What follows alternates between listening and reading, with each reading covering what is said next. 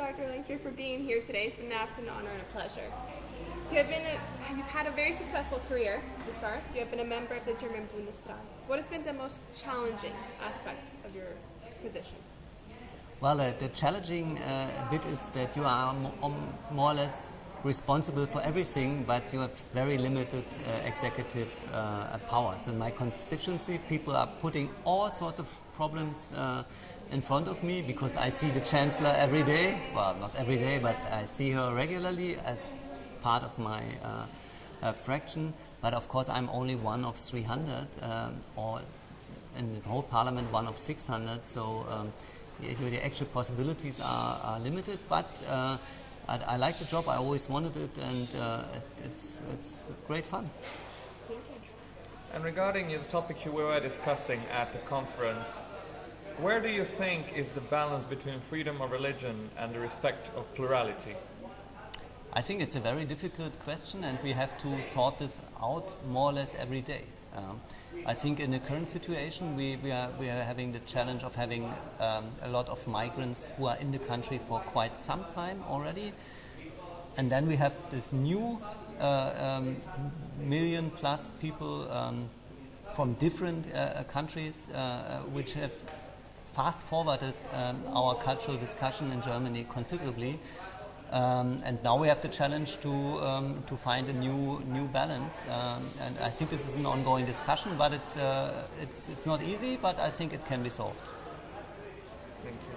And also, can you give us an example of a time in which you were involved in successful cultural diplomacy dialogue, and where do you see its role today?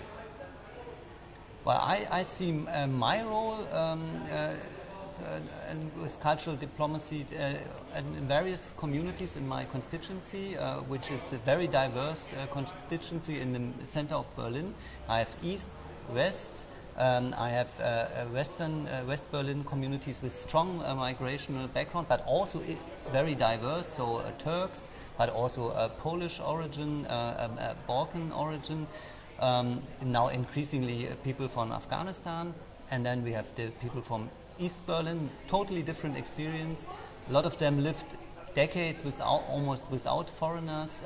So this is almost a daily challenge to bring this diverse community not together, but to increase understanding and to find solutions moving forward. And I do that on a political level, but I also do it on a party level, where we try to open up for new members and for new people supporting our chancellor and our politics, and that is sometimes quite difficult, but often it's also very rewarding. So recently I had a very strong interaction with the Afghan community, and it was brilliant. It was really very fruitful, and I liked it very much. They liked it very much, and I think this is part of my job.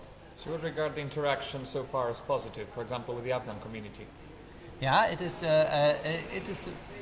I actually every time I show people Parliament and explain them how democracy works, I think it's always very rewarding. Also with Germans, with East Germans, West Germans, but it's even more rewarding with people who really then feel at home in Germany and showing around the Bundestag. And if I tell them I also represent them and their interests. That was quite a nice experience. Yes. Thank you. From your perspective, what is the next phase in the integration process? Yeah, next phase, I don't know. It's a long-term. This is really a long-term discussion, and I remember that President Erdogan was telling people, assimilation is a crime. And I strongly disagree. If you look at really successful integrations, I think they will eventually end up in people being assimilated. We have the Huguenots, is that the correct word? The refugees, the Protestant refugees from France, they are fully integrated into the German society. Our interior minister is de Maizière. He has this Huguenot origin. Nobody would ever question that this is true German. similar to some Polish migrants which have been here for a long time. And I think this is a long-term prospect of successful integration, will eventually be assimilation. And if you try to block that and try to live two identities for a very long time, this will create problems. I'm sure, and this has to do with everyday politics, because we're discussing the dual passport thing. This was a huge discussion during the last election. Shall we grant dual citizenship to everybody or to only to selected groups? So this is it's a very delicate topic, and my personal view, for instance, is that it is a mistake that we have given dual citizenship to children who have been born and raised in Berlin or in Germany. Because I view them as Germans, and they should not get a second passport and loyalty conflicts associated with them. And if you look at the current Turkish situation, I think my analysis has actually been right, and this discussion will reopen now. Just to give you one example.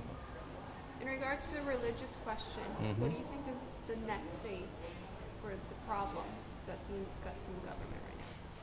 Well, the next in government, I don't know. Although this certainly will also eventually be a state issue. I think we need to have an European and/or German interpretation of Islam in the long run.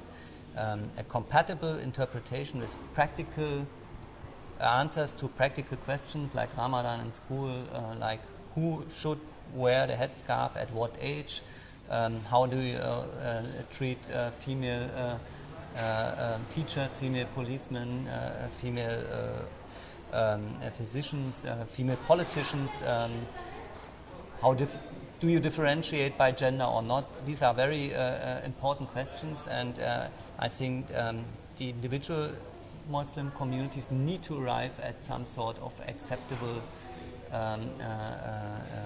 interpretation of Islam, just as we did with Christianity, although we did it, of course, some 100 years ago. But I think this is important. Religion is not something which is static. Only extremists interpret certain things as being static and unchangeable.